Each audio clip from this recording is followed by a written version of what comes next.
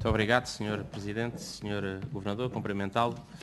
As suas respostas suscitaram várias perguntas, mas eu vou começar já por uma que tem a ver com a resposta pré-anunciada do Sr. Governador a um requerimento que nós provavelmente vamos aprovar hoje, que é o requerimento apresentado pelo PCP para nos ser disponibilizado um conjunto de informação sobre devedores de elevada monta que tiveram incumprimentos ou reestruturações ou write-offs que levaram e justificaram, e nessa medida, ajudas públicas.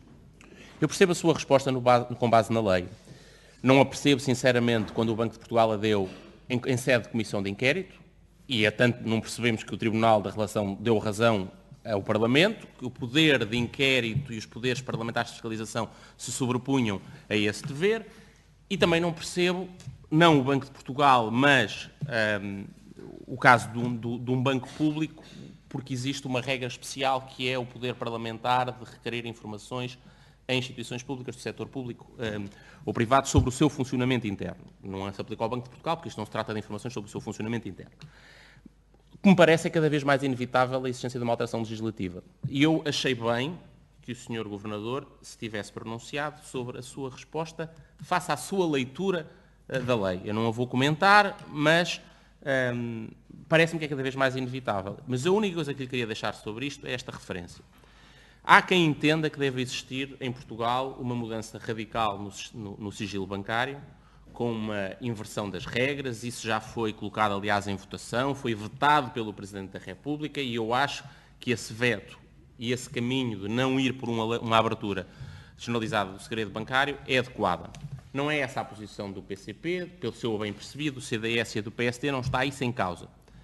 Mas há uma questão, e gostava só de lhe deixar isto para reflexão, mais do que para pergunta, que é quando existe uma relação e uma situação particular de subsídio económico implícito.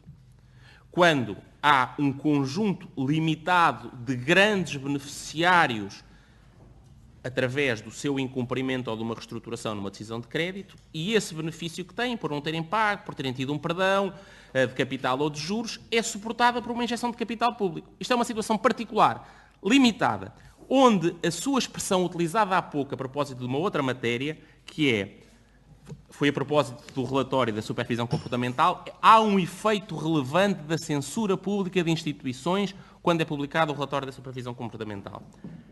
A ideia de, sobre os decisores dos bancos e sobre os credores e sobre os devedores que entram numa prática de benefício particular, desproporcionado, discriminatória, positivamente para o próprio agente económico, e ela é paga pelos contribuintes, se estabelece uma relação única dentro da relação comercial. Uma relação que, aliás, já foi discutida muitas vezes por sociedades democráticas a propósito do sigilo fiscal e até no sigilo bancário relativamente aos poderes criminais.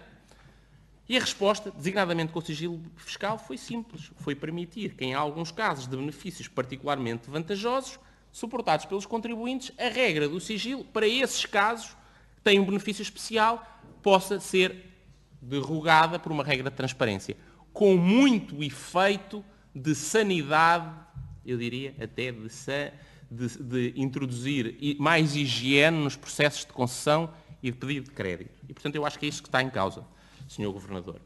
Em segundo lugar, uma questão ainda sobre a diretiva de pagamentos que abordou. É sabido que Portugal se atrasou na transposição, é sabido que Portugal tem um monopólio num sistema de pagamentos, ou um quase monopólio, se quisermos, por uma empresa que é detida em grande medida pelo sistema financeiro, a CIBS. A mim preocupa-me, Sr. Governador, a seguinte constatação. Portugal tem dos piores níveis na Europa de entradas de fintech startup e muito menos ainda das big tech, como lhes falou. Isto não tem acontecido. Esta legislação se ter transposto, ou se ter atrasado na transposição, contribui com certeza também, mas não é a causa única. Eu que me preocupo, como o Sr. Governador que também falou na defesa da concorrência, porquê? Porque é que os consumidores portugueses estão a ser prejudicados por serem dos poucos, mais do que na Europa, no contexto da OCDE, onde não há acesso a fintechs, onde não há acesso a este tipo de inovação tecnológica. Há com certeza uma parte também de papel aí do Banco de Portugal. Preocupa-me designadamente algumas referências diretas e indiretas que a Autoridade da Concorrência tem feito por algumas dificuldades de interação com os supervisores setoriais, e aí não é apenas o Banco de Portugal, mas também nas suas investigações, que incluem, como é sabido e é público, uma investigação a práticas de cartelização dentro do setor das instituições financeiras. Preocupa-me e eu gostava da sua opinião sobre a questão da concorrência. Depois, queria que me respondesse uma coisa que eu não consegui compreender o alcance completo. O relatório de contas do Banco de Portugal apresenta e sinaliza que houve um quadriplicar do saldo médio do portfólio da política monetária. Era 10 mil milhões em 2016, passou para 40 mil milhões em 2017. O que é que aconteceu? O que é que isto quer dizer? Quais é que são as consequências deste quadriplicar do saldo médio do portfólio de política monetária? Não, eu creio que estes dados são os dados mais recentes. Não, nós já podemos voltar aos números. Pedir que fosse breve. Não, é 2016 para 2017. 2014 era 5 mil milhões, passou em 2015 para 10 mil milhões, creio que é esse o valor, mas já vamos... Depois, senhor Governador, uma pergunta finalmente para terminar, sobre as suas preocupações, que são as nossas, mais do que todas as outras na área económica, sobre as perspectivas medíocres para o crescimento potencial. E o Sr. Governador disse, vou terminar, é necessário mais acumulação de capital e é necessária mais produtividade. Há uma área da acumulação de capital onde o Banco de Portugal tem alguma interferência. Uma é com as regras que ditam ou não maior poupança e a outra tem a ver com a alocação do investimento. E é a última frase, Sr. Presidente. Eu noto não apenas um aumento particular do investimento em setores de imobiliária e construção, como também uma queda no crédito novo a empresas exportadoras. E, portanto, está a haver de novo uma má alocação do investimento. Indo por ordem, Sr. Governador, obviamente, necessariamente, uma intervenção legislativa nacional tem que ser,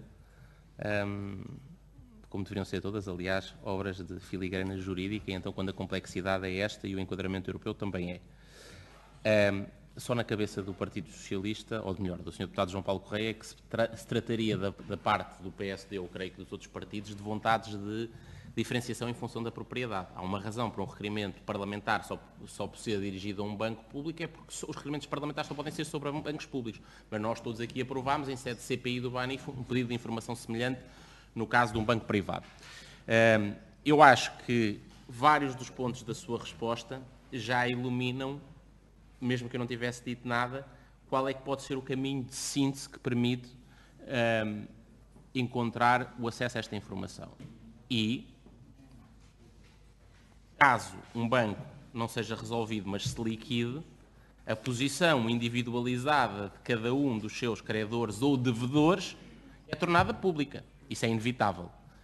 A circunstância de uma injeção pública justifica medidas excepcionais, como justificou no passado, e desvios, designadamente, altos desvios às regras de concorrência, como foi no caso português, por decisão do governo anterior, impor às administrações dos bancos que receberam, e eram só empréstimos, cortes de 50% nas remunerações fixas e proibição de remunerações variáveis. Mas trata-se sempre de um equilíbrio entre os incumpridores e o esforço dos contribuintes para tapar esses incumprimentos. Registro a sua resposta relativamente à questão das fintech e a iniciativa do Banco de Portugal de começar a discutir. Deixe-me dizer-lhe ainda assim, eu não estou satisfeito, enquanto parlamentar, com a situação que hoje temos. O mercado é um mercado fechado. E o supervisor tem responsabilidade dupla. Eu percebo a sua preocupação permanente de defender a estabilidade do sistema e, portanto, das instituições financeiras, mas também a tem, e eu sei que o Sr. Governador tem pugnado por isso, por defender os clientes. E eu acho que hoje há uma acumulação de renda no produtor excessiva que devia ser transferida para o consumidor e não está a ser. Temos um quase monopólio no sistema de pagamentos, temos tecnologias a desafiá-lo e alguma coisa não está a funcionar. Alguma coisa não está a funcionar. Por último, queria só registar o seguinte. Houve 3 coisas que eram em 2016, supostamente urgentíssimas, que careceriam de uma intervenção prioritária, pública, mas que não aconteceram. Uma era um novo modelo de supervisão. Era tão necessária para que o sistema financeiro pudesse ser salvo. Continuamos sem, e tudo o que nós sabemos hoje é que o Ministro das Finanças distribuiu, por uma série de círculos, uma proposta que foi arrasada por todos. Depois havia uma necessidade indispensável de criar um veículo, um banco mau, alguma coisa, uma solução pública ou com intervenção pública para os NPLs. Estamos a chegar a meio de 2018, não há nenhuma solução pública. O Secretário de Estado, Mourinho Félix, já há 6 meses, mudou de discurso e começou a dizer é uma solução de autorresolução, e hoje o Sr. Governador disse uma coisa parecida. Seja-lhe feita justiça, que o Sr. Governador, lá muito atrás, disse era bom que Portugal tivesse uma solução à espanhola de uma injeção brutal, mas também disse, eu sei que não temos acesso a mercado de dívida pública para financiar isso. A verdade é, vou terminar, e para terminar, é Sr. que Deputado, hoje, pelo que nos estão a dizer, a conversa que nos foi transmitida durante 2 anos, que era crucial para resolver o problema, que era uma solução dirigida pelo público, não existiu. E estamos condenados, entre aspas, se calhar isso é positivamente, a que o mercado funcione e está até a gerar resultados. E a última coisa foi o mesmo com a política de provisões. Alguns disseram que era crucial que mudasse a política de provisões para que as coisas mudassem, e afinal o que o Sr. Governador nos disse aqui é que manteve a política de provisões. O que acontece é que o soberano fez aquilo que devia fazer, que é cuidar do risco dos seus títulos e não querer mudar o risco na decisão do Banco de Portugal. obrigada. Sr. Deputado Paulo Trigo Pereira, para uma intervenção.